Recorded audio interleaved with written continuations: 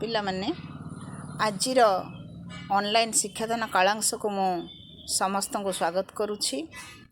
ଆଜି ଆମେ କବି ଅନନ୍ତ ପଟ୍ଟନାୟକଙ୍କ ରଚିତ କବିତାଟିଏ ବାଳୁତ ବିରସେ ପଢ଼ିବା। କବିତାର ଶୀର୍ଷକ ଅନୁସାରେ ଆମେ ପ୍ରଥମେ ଦେଖୁଛନ୍ତି କବିତାର ଶୀର୍ଷକ ହେଉଛି ବାଳୁତ ବିରସେ। ଏଠି ବାଳୁତ ବୀର ବୋଲି କବି ବାଜିରାଉତକୁ କହିଛନ୍ତି। ବାଜିରାଉତ ହେଉଛି 12 ବର୍ଷର ଛୋଟିଆ ପିଲାଟିଏ, ଯିଏକି ଦେଶ ଭାଇର ନିର୍ଦ୍ଦେଶରେ ଘାଟ ଜଗିଥିଲା ଏବଂ ଇଂରେଜ ସିପାହୀମାନଙ୍କୁ ଘାଟ ପାରି କରି ନ ଦେଇ ନିଜର ପ୍ରାଣବଳି ଦେବାକୁ ସେ ପଛେଇ ନଥିଲା। ସେମିତି ଏକ ଛୋଟ ପିଲାର ମର୍ମସ୍ପର୍ଶୀ କାହାଣୀକୁ କବି ଅନନ୍ତ ପଟ୍ଟନାୟକ ବାଳୁତ ବିରସେ କବିତାରେ ରୂପ ଦେଇଛନ୍ତି। ଏହା ଏକ ଜାତୀୟତାବାଦୀ ଧର୍ମୀ କବିତା। ତେଣୁ ଅନନ୍ତ ପଟ୍ଟନାୟକଙ୍କ ବିଷୟରେ ଆମେ କିଛି କଥା ଜାଣିବା। ସେ ଥିଲେ ଆଧୁନିକ ପ୍ରଗତିଶୀଳ ଓଡ଼ିଆ ସାହିତ୍ୟର ଜଣେ ବିଶିଷ୍ଟ କବି। ତାଙ୍କ କବିତା ଗୁଡ଼ିକରେ ଶ୍ରେଣୀହୀନ ସମାଜ ପ୍ରତିଷ୍ଠାର ସ୍ୱର ଶୁଣିବାକୁ ମିଳେ। ଶ୍ରେଣୀହୀନ ସମାଜର ଅର୍ଥ ହେଉଛି ସମାଜରେ ଧନୀ ଦରିଦ୍ର, ଶୋଷକ ଶୋଷିତ, ଥିଲାବାଲା ନଥିଲା ବାଲା ଏମିତି କୌଣସି ଶ୍ରେଣୀଗତ ବିଭେଦ ନଥିବ। ତେଣୁ ତାଙ୍କ କବିତା ଗୁଡ଼ିକରେ ଏହି ଶ୍ରେଣୀହୀନ ସମାଜ ପ୍ରତିଷ୍ଠାର ସ୍ୱର ଶୁଣିବାକୁ ମିଳିଥାଏ। ସମାଜରେ ବହୁ ପୁରାତନ କାଳରୁ ପ୍ରଚଳିତ ଧର୍ମାନ୍ଧତା, ଅନ୍ଧବିଶ୍ୱାସ ଓ ଅତ୍ୟାଚାର ବିରୋଧରେ ସେ ସ୍ୱର ଉତ୍ତୋଳନ କରିଛନ୍ତି। ତାଙ୍କର ଏଇ ଯେଉଁ ଅନ୍ଧବିଶ୍ୱାସ ଆଉ ଅତ୍ୟାଚାର ବିରୋଧରେ ସ୍ୱର ଉତ୍ତୋଳନ କରିଥିବା କଥା ତାଙ୍କ ଲିଖିତ ଶିକାର ନାମକ ଗୋଟିଏ ଗଳ୍ପରୁ ସ୍ପଷ୍ଟ ଜଣାପଡ଼ିଥାଏ। ତାଙ୍କର କେତେକ କବିତାରେ ନୂତନ ଯୁଗର ସୃଷ୍ଟିର ଆହ୍ୱାନ ଏବଂ ଜାତୀୟତାବାଦୀ ଚେତନା ମଧ୍ୟ ପରିଲକ୍ଷିତ ହୁଏ।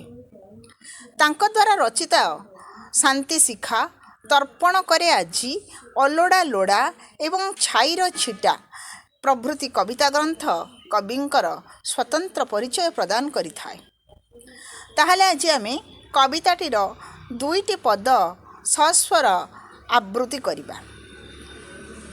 ବରଷା ବିଜୁଳି ଖେଳୁଥିଲା ରାତି କୋଳେ, ନାଚୁଥିଲା ନଈ ବା ବତାସିର ବେଳେ, ନାହା ବିଡ଼ି ବିଲେ ମଙ୍ଗରେ ରଖି ହାତ, ଶୋଇଥିଲା ଚେଇଁ ଉଭାରି ଆଉଲା କାତ, ନାଉରୀ ଟୋକାସେ ଦେଶର ଆଦେଶ ପାଇଁ, ନେଇଥିଲା ନାହା ସଞ୍ଜୁ ବିଲକୁ ବାହି, ପୂରୁବ ଆକାଶେ ଫିକା ନ ପଡ଼ୁନୁ ରାତି, ବିହଗେ ନ ଉଠୁ କଳ କାକଳିରେ ମାତି, ଅନ୍ଧାର ତଳୁ କେତୁଟା ଅସୁର ଆଖି, କିଏରେ ନାଉରୀ ଘାଟରୁ ଉଠିଲା ଡାକି, ଆଣରେ ବେଗେ ତୁ ଲଗାରେ କୂଳରେ ନାହା, ପାରି କରିଦେ ନ ଦେଖୁ ନ ଜାଣୁ ଗାଁ, ନିଦ ମଳ ମଳ ଆଖି ଦୋଟି ମଳି ମଳି, କର ଲେଉଟାଇ କୂଳକୁ ଅନାଉ ଢଳି, ହସିଲା ଟୋକାସେ ଓଠକୁ ଓଠରେ ଚାପି, ମନକୁ ମନତା କି କଥା ଅତଳେ ମାପି, ଦୂରରୁ ଦୂରକୁ ମଝି ବିଲେ ବାହି, ନେଲା ମଝି ବିଲେ ବାହି, ଡାକିଲେ ଶତ୍ରୁ କଟାସିଆ ଡୋଳେ ଚାହିଁ,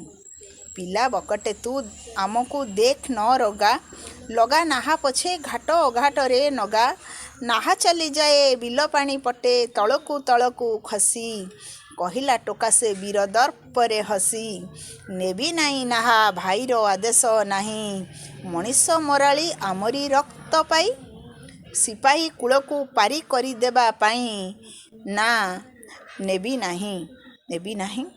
ଧାଇଁ ଧାଇଁ ଧାଇଁ ଛୁଟିଲା ନଳୀରୁ ଛୁଟିଲା ଗୁଳି, ପଲକେ ପଡ଼ିଲା ନାଉରୀ ଟୋକାସେ ଡଙ୍ଗା ଉପରେ ଟଳି, ପହଁରି ପଲାସି ସିପାହୀ ଆସିରେ ସଙ୍ଗୀନ ମୂଲେ, ଫୁସିଲା ମଥାତା ଓଲଟି ଗଲା ତା କଅଁଳ ଖପୁରି ତଳି,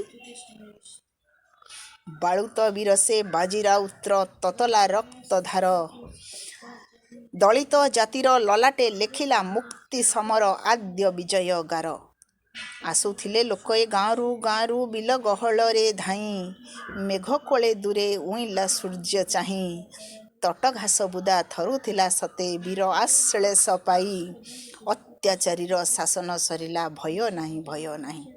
ତାହେଲେ ପିଲାମାନେ ଆଜିର ଏଇ କବିତାର ଆବୃତ୍ତି ପଠନରେ ଆମେ ଛୋଟ ପିଲା ବାଜିରାଉତ ବିଷୟରେ କିଛି କଥା ଜାଣିଲେ।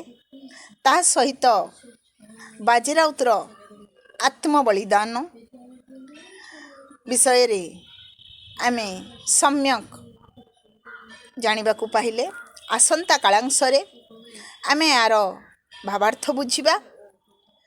ବର୍ତ୍ତମାନ କବି ପରିଚୟ ଭିତରୁ କେତୋଟି ପ୍ରଶ୍ନର କାର୍ଯ୍ୟଫର୍ଦ୍ଦ ପ୍ରସ୍ତୁତ କରିବା।